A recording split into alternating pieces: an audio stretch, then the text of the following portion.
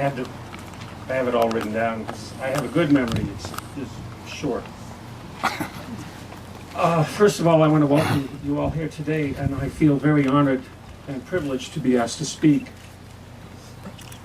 The last time my wife Marcy and I saw our grandson, Garrett, was the Easter before the fire. He'd come to have Easter dinner with us, and we were both delighted that he'd brought along his girlfriend, Emily.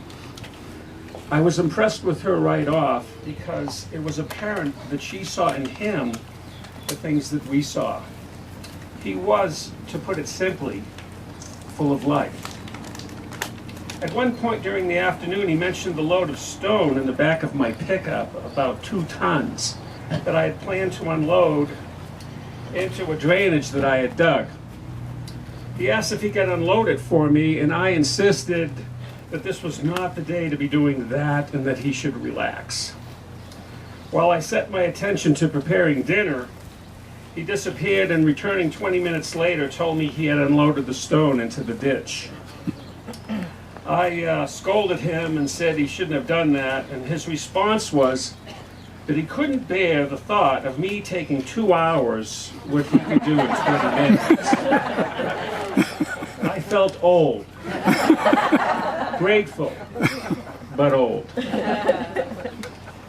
That's just one small story to tell you the kind of man Garrett was.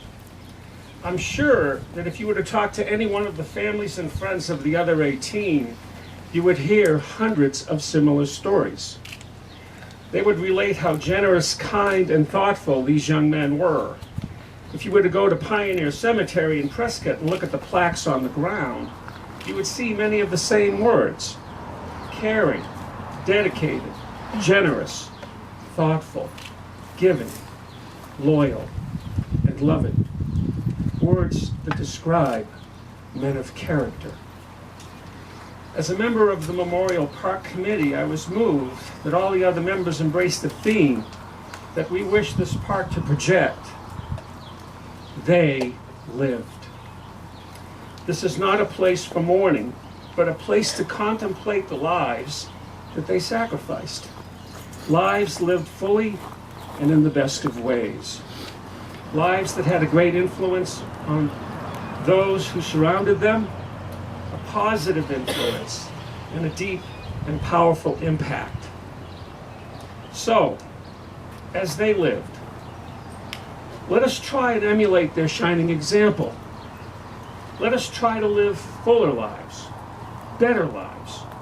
As we remember them and their sacrifice, let us look at the good in ourselves and in each other, and try harder to be the people that they were and would have been. Let us do this in remembrance of them, and as they lived, so should we. Yeah.